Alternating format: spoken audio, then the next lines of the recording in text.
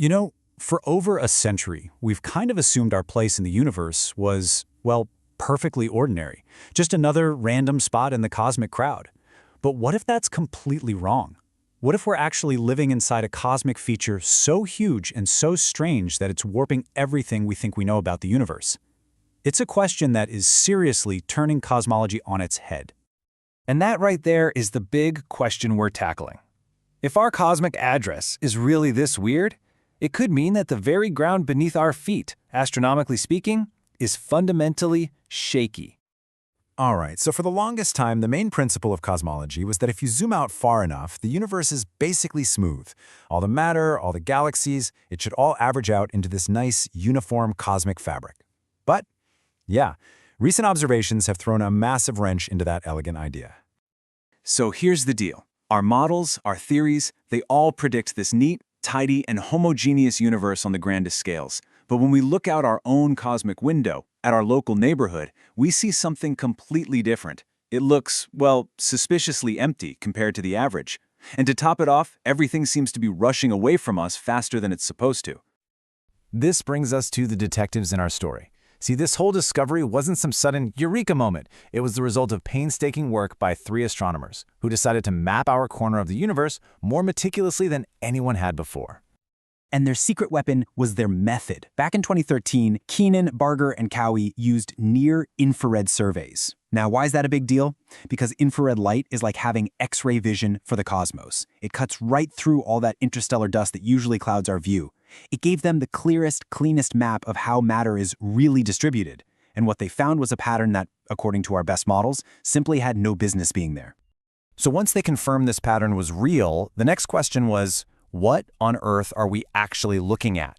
The profile of this structure, which they dubbed the KBC Void, is, to be honest, completely mind-bending. First, just the sheer scale of it. The void is estimated to be about 1 billion light-years across. A billion. To put that into perspective, our entire Milky Way galaxy would just be a tiny, insignificant speck of dust inside this thing. This isn't just a structure. It's a continental-scale feature on the map of the cosmos. And it's not just big, it's deep. Their calculations suggested that our local region could have nearly half, 46%, less matter than the rest of the universe on average. It's as if we're living at the bottom of a giant cosmic bowl, where the density of galaxies just keeps increasing the farther out you look. So when we say void, it's not what you might be picturing. This isn't some totally empty vacuum, like some other famous voids out there. It's better to think of it less like a hollow bubble and more like a vast, shallow valley in the cosmic landscape. There are still plenty of galaxies here, including ours. There are just fewer of them per cubic light year. And this is where we hit a major philosophical wall. The Copernican principle is a pillar of modern astronomy. It's the whole idea that we're not in some special privileged spot in the universe.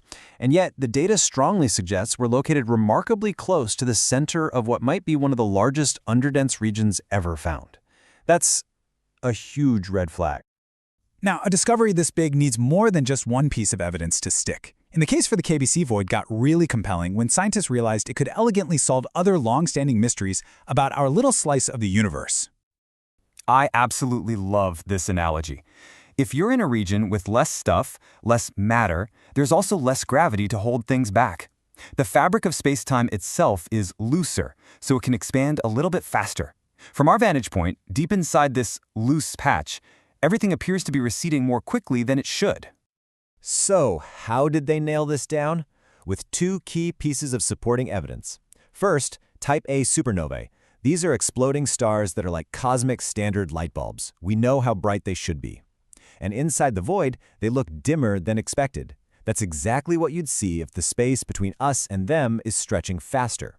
Second, whole galaxy clusters are seen drifting gently outward, almost like they're sliding down the walls of this vast cosmic valley.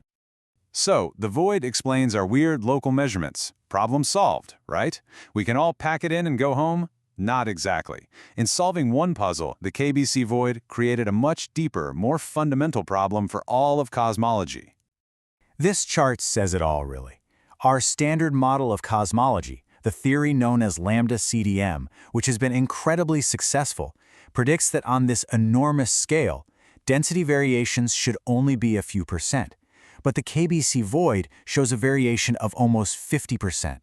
The observation isn't just a little bit off, it's a massive 16 times larger discrepancy from our best theory of the universe. And scientists have run the numbers. When researchers compared the KBC measurements to the largest cosmological simulations ever created, their conclusion was blunt. A void this large and this deep is, statistically, practically impossible under the known rules of how cosmic structures are supposed to form. It just shouldn't be here. So naturally, a claim this extraordinary was met with some intense skepticism. I mean, this is science. It's what we do. We push back. New surveys were launched, different methods were used to test the void's existence, and it kicked off this fascinating, ongoing scientific debate. And here's a peek inside the evidence locker.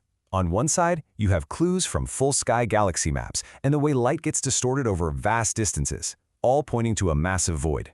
On the other side, you have studies that look at the actual movement of nearby galaxies, and those suggest a much smaller, shallower void. For a while, the evidence was genuinely split. But recently, a potential tiebreaker has entered the ring: baryon acoustic oscillations, or BAO. Think of these as ancient ripples from the Big Bang, frozen into the distribution of galaxies. They act like a standard ruler across the cosmos. And when astronomers analyzed these rulers, they found the data just made more sense. The measurements lined up much more cleanly if they were passing through a large KBC-scale void. And that leaves us right here. The evidence for a vast, universe-altering void in our backyard is stronger than ever. And yet, it directly contradicts our most successful model of the cosmos. So the question we're left with is this: have we stumbled upon a 1 in a billion statistical fluke, just a simple mistake in our measurements? Or are we living inside the very clue that tells us our fundamental understanding of the universe is incomplete and the whole map needs to be redrawn?